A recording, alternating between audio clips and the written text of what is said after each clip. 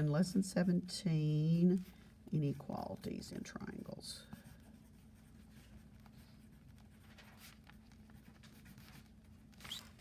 Okay, on this one, we're going to start with, can this make a triangle?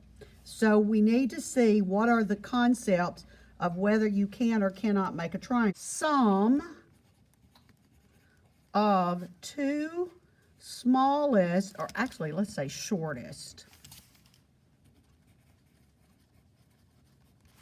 sides must be greater than longest side. So in this case, what would you show me in classwork? Then I would take the two smallest ones, 8 plus 17, and really I'm saying, is that greater than 24? Now in classwork, most of them just went to this step. This is this. I don't want you to leave it like this because I don't want to have to do your arithmetic. So I want you to at least state this step, that 25 is greater than 24. So yes, this does make a triangle. The two short ones are 6. So 3 plus 3, or the 3's, is greater than 7. Now you can do one of two things. You can say 6 greater than 7. You can just say no. It's not going to work. You can say 6 is not greater than 7. I wouldn't put less than there. Some of them did. It's okay. But sometimes then you say, well, 6 is less than 7. Yes, that's true. So you're looking at this can't work. So it's no, it's not long enough. 3 plus 3's got to touch, and just touching wouldn't be enough. In that case, 3.5 plus 3.5 just touches.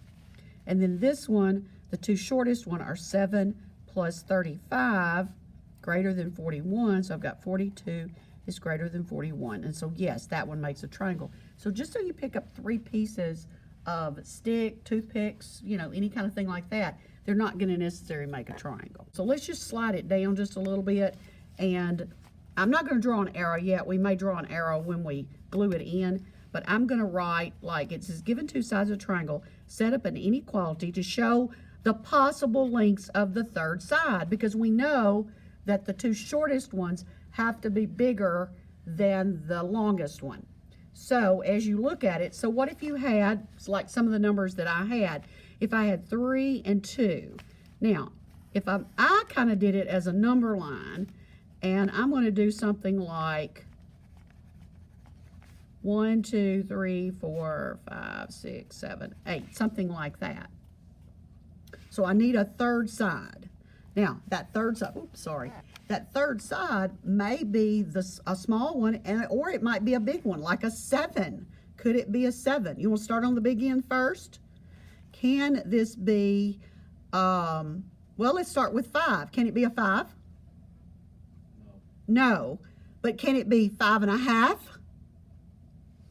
Would 5.5 work? Would 3 plus 2 be bigger than 5.5? Nope, I'm going in the wrong direction, aren't I? Can it be 6? Can it be 7? So it can't be any of those. Can it be 4.5? Can it be 4? Okay, now the way I drew it on my number line is I said it can't be 5, so I made it an open dot. If you remember a little bit about your algebra, we do this a lot in algebra too. And then I started shading it this way, because it can be 4, it can be 4.5, it can be 4.9, and then I kept going. And then I started saying, well, what about in this lower end? Can it be 3? Okay, in that case, so the two smallest one would be like 2 and 3. Is 2 and 3 bigger than 3? Yes. Can it be 2? Can this one be a 2? Is 2 plus 2 bigger than 3? Yes. So it can be 2. Can it be 1? No. Can it be 1.5? Because the two little ones would be this one, and 2 plus 1.5 would be bigger than 3. It could be 1.1. So it's actually going to go to 1, but not be 1, but be the number that is shaded. In this case, the numbers that are shaded. Now, if you remember from, and I'm trying to get to the algebra, the arithmetic side of it, but I want you to see why all of them don't work. And it all comes back to this side over here, this side right here. And so how we write that is we're going to call our third side x. And we do this a lot in Algebra 2, so this is a good place to refresh your memory if you did these in Algebra 1. We put less thans because we're always going to put the smallest one on this side. So it can't be 1. You remember you put an equals there if it's equal to 1, but it's got to be bigger than 1. It's going to be between. This is a between statement, it's what it is. And it's going to be between 1 and 5. Now, do you see the arithmetic that would give you these numbers? Look at these two numbers. How can you get 1 from 3 and 2? How about 3 minus 2? Okay. How can you get 5, like were these just made up numbers? Will they work like this every time? How can you get 5 from 3 and 2? 3 plus 2, right? So let's go down here. Let's put our x and let's put our less thans. So the smallest one would be 11 minus 3, and the biggest one up to it would be 11 plus 3. So it cannot be, it's got to be bigger than 8, and it's got to be smaller than 14. So and you can't say from 9 to 13 because you're forgetting those decimals. See, it can be 8.1 because 8.1 plus 3 is bigger than 11. So, and then it can't be 14, but it can be 13.9 because 3 plus 13.9, oop, that would be my smallest one. 3 plus 11 is greater than 13.9. So on this one, my x is between. What's the smallest one? Well, now, yes, at this point it's 28, but remember, I'm looking for a third one. And what could that number be? Remember, it's the difference in the two. So 31 minus 28 is 3. It can't be 3, but it could be 3.1 because 3.1 plus 28 is greater than 31. The two smallest one have to add bigger than the biggest one. And then how big can it go to? 59. So 58.9999 like that. Okay, what about this third one? Smallest? 24 minus 7? How about 17? 24 plus 7? 31. Thank you.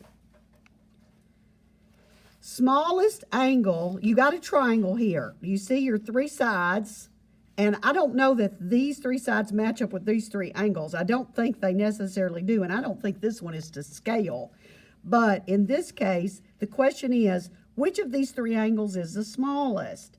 And if you just eyeball it, it looks like this one is the smallest of the three. I know it's smaller than that one, and it looks, you know, a little bit smaller than this one. That one looks like the biggest one. Well, when they started relating them, they found that if you know the three sides, and I'll actually draw my arrows both ways, that the smallest angle is always opposite or across from the longest, smallest, shorter side. I put shortest. So smallest angle is always opposite the shortest side. And the largest angle is always opposite the longest side. Now pay attention, and I don't know what they are in your classwork, but pay attention to what they ask for, because this one is opposite. Order the angles from the smallest to the biggest, but then we're going to do the sides from the biggest to the smallest. So you got to be careful. So where is the smallest angle? Well, where's the smallest side? 17 is the shortest side, right? So the angle that's the smallest has to be angle C, comma. Where's the next one? It would be A because 20 is the next smallest number. So you got angle A. And then angle B should be your biggest because it's across from the biggest side. Does that make sense? And you just got to match them up, big to little, you know, like that. Little to little as it goes through it. Now, do the other thing. Shortest side is always opposite the smallest angle. And longest side is always opposite the largest angle. Now, there's a little twist to this one because we can't do it if we don't know angle D. How can I get angle D? Ah, how many degrees in a triangle? You had that on quiz today, didn't you? 180. Now remember, the less keystrokes, the best. So instead of adding those and then subtracting, just do 180 minus 59 minus 53, and I think you get 68. Okay, and that makes a difference because in this case, it's not to scale because that one looks bigger than this one. So this is a not to scale picture, and they want the biggest side. So if D's the biggest angle, then EF with a bar over it, remember sides or segments, is the biggest one. Where's the next one? What's next smallest? From the 68 degrees, go to the 59. So it would be DF or FD. And then the third one would be from the 53, which would be ED or DE.